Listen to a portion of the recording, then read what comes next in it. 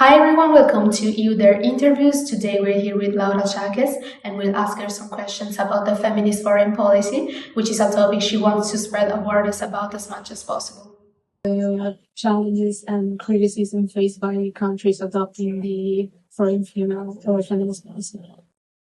This is first. This is super new. This is something that started in 2014 in Sweden. That's what. The first time that someone talked about feminist foreign policy was this foreign affairs minister in Sweden in 2014, and since then I think it's 16 countries, 16 different countries that at some point they say that they are implementing or they want to implement feminist foreign policy. So at some point they say, okay, this is one of our goals. One of the goals of this government is going to be to shift the way in which we understand foreign policy and to go and try to fulfill this feminist approach.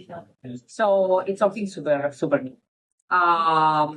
Which are the challenges? Many, because as I'm going to explain later, there is not a clear definition of what we are talking about when we talk about feminist foreign policy. We know that this change about in getting into the question, into the process of actors. We know it's about shifting the focus of attention from one priority to another, and to transform the way in which we understand this policy. But then next step is, okay, so what? How are we going to do that? Well, which is the plan, no? And what we know so far is that each country has developed this approach in a very different way. So one of the main limitations is that we don't have a clear definition of what we are talking about. We know that things are changes and that we want to put the gender equality, human rights, social justice in the center of this policy. Well, there are many other challenges. Another is, for example, intersectionality. It's not only, when we talk about feminist foreign policy, it's not about this binary way of understanding gender. It's not about men and women. It's about introducing all these marginalized groups, and non-whites, people from different backgrounds. And other challenges is, for example, when we talk about this policy, it also means to bring into the question and to give more visibility to social movements and organizations and civil society organizations, like how to do it. And so there are many challenges. More or less.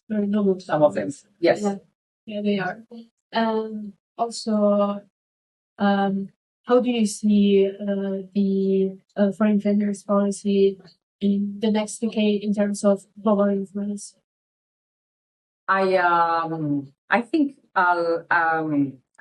that the change is there because the underlying assumption in terms of feminist foreign policy is that we need to think about global security in a different way. So we need to shift the focus from militarization and security to other challenges, other threats, global security threats like sustainability, like cyber terrorism, like global health issues, like we saw in the pandemic. So, global security as a whole is changing. So we need to think about foreign policy in a different way. So in this sense, what I think is that the change is to stay. We are going to the way in which we understand foreign policy is going to change. I also think that gender is going to be important, and that a part of this of the agenda of reducing gender inequalities is going to be there. What is not so sure is that we are going to call that feminist foreign policy. I'm not so sure that that the name of this transformation is going to be that. Why? Because just to put the name feminism on that creates a lot of trouble, a lot of resistances. So maybe we should reframe a little bit how we label this transformation. But the transformation is there to stay. What we need, although, is it's also to have very committed political elites that want to lead this transformation. And I think it's extremely important. Why? Because security depends a lot on how we understand these global threats, how we understand environment, how we understand global health, how we understand the transformation of new technologies and the threats that they create. So, well, maybe it's more an expectation and a hope, something that is going to happen.